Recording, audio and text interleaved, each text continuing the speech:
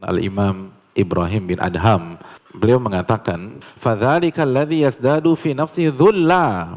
Orang yang ikhlas itu semakin banyak belajar, semakin sering datang ke kajian, semakin merasa diri hina di hadapan Rabbul Alamin. Semakin merasa diri rendah, semakin merasa diri kecil, kerdil, dan tunduk kepada Allah. Ini orang ikhlas tuh begini, bukan semakin merasa diri hebat, semakin merasa diri besar, semakin merasa diri pintar, enggak. Semakin belajar, semakin merasa diri kecil, semakin merasa diri bodoh. Nah, perasaan bodoh, kerdil, hina tersebut, itu yang akan mengantarkan dia menjadi hamba Allah yang taat, patuh, sami'na wa ata'na dan bertakwa. Karena akar dari ketidaktaatan adalah firman Allah, kalla innal insana la yatagha ar-ra'ahu stagna.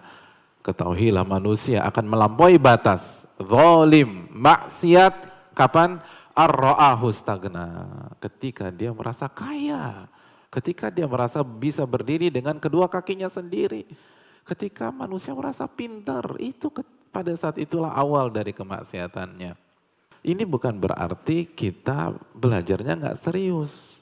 Kan belajar bukan buat pintar Pak Ustadz, justru biar merasa diri semakin bodoh.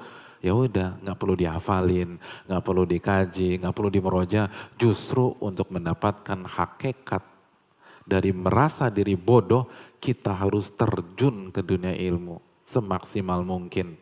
Karena kalau nggak terjun ke dunia ilmu, akhirnya kita jadi komentator doang. Orang kalau kerjanya cuma nonton lomba renang, terus ngelihat Ian Thorpe berenang, ngelihat Michael Phelps berenang, gaya kupu-kupu mah gampang lah. Kapan dia akan merasa diri, kok gue bodoh banget dia berenang. Ceburin di kolam 3 meter, terus suruh dia gaya kupu-kupu.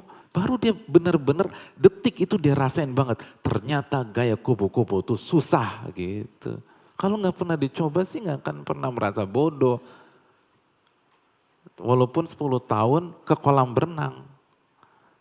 Tapi cuma dari pinggir aja. Oh Masya Allah ini nggak bener nih. Ini payah nih. Paling komentator nanti jadinya.